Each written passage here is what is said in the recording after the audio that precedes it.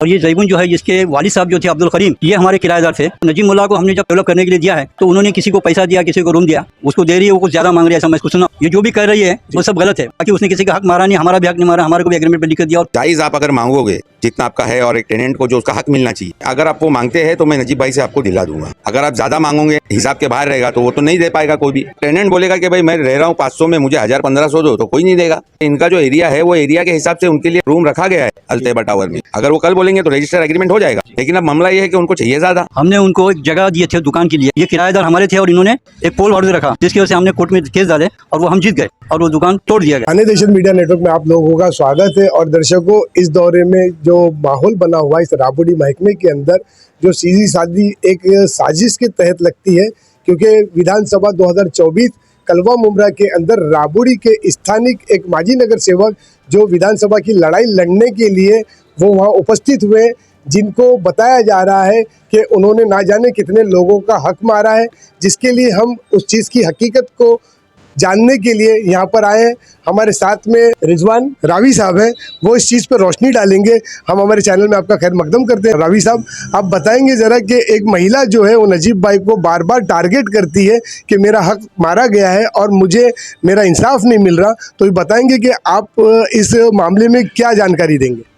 अस्सलाम वालेकुम, रिजवान यूसुफ रावी बता रहा हूँ मैं। हम ये 3 भाई मालक है और ये हमारी प्रॉपर्टी है, कुछ 11.5 गुंठा थी वो। ये हमने नजीब मुल्ला को हमने डेवलप करने दिया है इसमें। और ये जैबुन जो है जिसके वालिद साहब जो थे अब्दुल करीम, ये हमारे किराएदार थे। तो नजीब मुल्ला को हमने जब वो दिया एग्रीमेंट किया डेवलप करने के लिए दिया है, तो उस पर हमने तमाम किराएदार की जिम्मेदारी उन पर डाल दी। तो उन्होंने किसी को पैसा दिया, किसी को रूम दिया, और इनको भी अल्लाह जाने कुछ दे रहे हैं, लेकिन वो ले रही नहीं है। जैसे कि आप बता रहे हैं कि उनको कुछ कमिटमेंट दिया है या कोई एग्रीमेंट डील हुई है? नहीं, बात हो गई है उनसे कुछ रूम देने की बात, अब वो मान रही नहीं। जी, अगर वो मान जाती तो एक एग्रीमेंट डील हो सकती है। हो सकता है डील, लेकिन जो अभी वो सोशल मीडिया पे वायरल किया जा रहा है कि मुझे अबला को सताया जा रहा है, मेरा हक वो छीना जा रहा है, उस पर क्या कुछ कहेंगे आप? नहीं, ऐसी कोई बात नहीं है। उसको दे रही है, वो कुछ ज़्यादा मांग रही है, ऐसा मैं इसको सुना हूँ। ये जो भी कर रही है वो सब गलत है। बाकी उसने किसी का हक मारा नहीं, हमारा भी हक नहीं मारा, हमारे को भी एग्रीमेंट पे लिख कर दिया। और कितने किराएदार थे उनको भी उसने सबको पैसा देकर या रूम का लिख के दे दिया है उनको, और ऐसा इनको भी दे रहा है, लेकिन ये कुछ मान रही नहीं, ऐसी बात है। तो ये रिजवान रावी साहब थे हमारे साथ। इस बात की जो पहलू है, इस पे अभी एक पहलू हमने इनसे बात करी है। हमारे साथ में एक जिम्मेदार है कैस रावी साहब, अब वो इस पहलू पे रोशनी डालेंगे कि इस बात की दर हकीकत क्या है। कैस रावी साहब, हम आपका खैर मकदम करते हैं हमारे चैनल में। ज़रा रोशनी डालें कि आज ये दिन भर के माहौल के अंदर सोशल मीडिया पर आए दिन नजीब मुल्ला के बारे में लोग कहते हैं कि ये लोगों का हक मारता है, वो राबड़ी की औरतों को लाइन पर लगा देता है, यहाँ पर नशे की लत आम कर दिया है। राबड़ी मार्केट के अंदर यहाँ पर लोग कटोरा के घूमते हैं। तो ऐसी कई ना जाने अनगिनत तहमतें लगाई गई हैं। आप इस बात को लेकर, उनके डेवलपमेंट को लेकर और लोगों को किस तरीके से उन्होंने हक दिया है उनका, उस पर क्या कहना चाहेंगे आप? अस्सलाम वालेकुम। जैसे रिजवान भाई ने आपको बताया, ये मेरे भाई है, चचा के लड़के हैं। और ये रावी जो अल तैयबा बिल्डिंग बन रही है जी, ये हमारी जॉइंट प्रॉपर्टी है, इनकी और हमारी। तो यहाँ पर हमने डेवलपमेंट करने के लिए नजीब भाई को दिया था। नजीब भाई ने हमारा हक पूरा अदा किया है, हमको लिख के एग्रीमेंट हुआ है, रजिस्टर एग्रीमेंट हुआ है। और जो हमारे टेनेंट्स थे उनको भी, जिन लोगों ने पैसा मांगा उनको पैसा दे करके खाली करवाया गया है। और दूसरे जो जिनको घर के बदली घर चाहिए था उनको घर के बदली घर दिया गया है, रजिस्टर एग्रीमेंट हुआ है। तो जो ये हमारी लेडीज़ है जैबुन खाला, जिन्होंने, मैंने देखा उनका इंटरव्यू जो उन्होंने बोला है, तो हक नहीं मारा गया है। मैं भी उनके पास खुद गया था, नजीब भाई ने मुझको भेजा था कि उनको क्या चाहिए, क्या उनके मांगनी क्या है। तो मैंने उनको बोला था कि आपकी जो जायज़ मांगनी है, जो जायज़ आप अगर मांगोगे जितना आपका है और एक टेनेंट को जो उसका हक मिलना चाहिए, अगर आप वो मांगते हैं तो मैं नजीब भाई से आपको दिला दूंगा। और आप रजिस्टर एग्रीमेंट करो।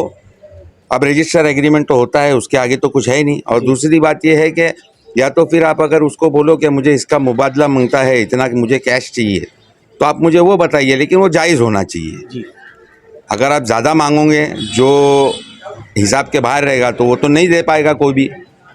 तो मैंने उनसे कहा था, मुतालबा किया था, और मेरी बात उन्होंने सुने भी थे, लेकिन उसके बाद में उनका कोई जवाब नहीं आया कि अगर वो सेटल करना चाहते हैं इस मामले को, तो आज भी मैं ये आपके चैनल के माध्यम से बोल रहा हूँ कि जो जायज़ उनका हक बनता है वो कभी भी आकर के बैठे, और मैं इसके बीच में मैं नजीब भाई की जिम्मेदार के तरफ से जिम्मेदार बन के, मैं जुमा मस्जिद का सदर हूँ, तो मैं नजीब भाई की तरफ से जिम्मेदार बन के उनको उनका हक दिला दूँगा, लेकिन वो जायज़ मुतालबा करे, इंशाअल्लाह उनको उनका हक दिया जाएगा, कोई इसमें दो राय नहीं है।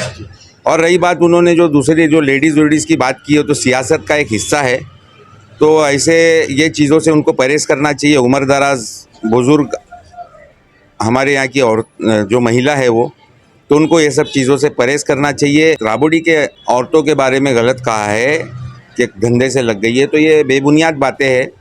इसके लिए उनको हमारे राबड़ी की जो लेडीज़ है जिनके बारे में उन्होंने कहा, उनसे माफ़ी भी मांगना चाहिए।